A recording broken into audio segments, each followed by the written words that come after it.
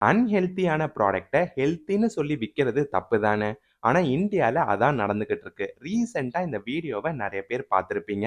Diarrhoea அப்போ அதிகமான water and essential சால்ட்லாம் பாடிலருந்து வெளில போகும். அத ரீப்ளேஸ் பண்றதுக்கு WHO ரெக்கமெண்ட் பண்ண ORS ஃபார்முலாவ நெறைய பிக் கம்பெனி அவங்க செல் பண்ற சுகர் ட்ரிங்க்ல யூஸ் பண்றாங்க. இந்த ப்ராடக்ட்லாம் செல் பண்ண FSSAI பேன் பண்ணியிருந்தாங்க. பட் இப்போ டெல்லி ஹைகோர்ட் ஆல்ரெடி இருக்க ஸ்டாக்க செல் பண்ணலான்னு அனௌன்ஸ் பண்ணியிருக்காங்க.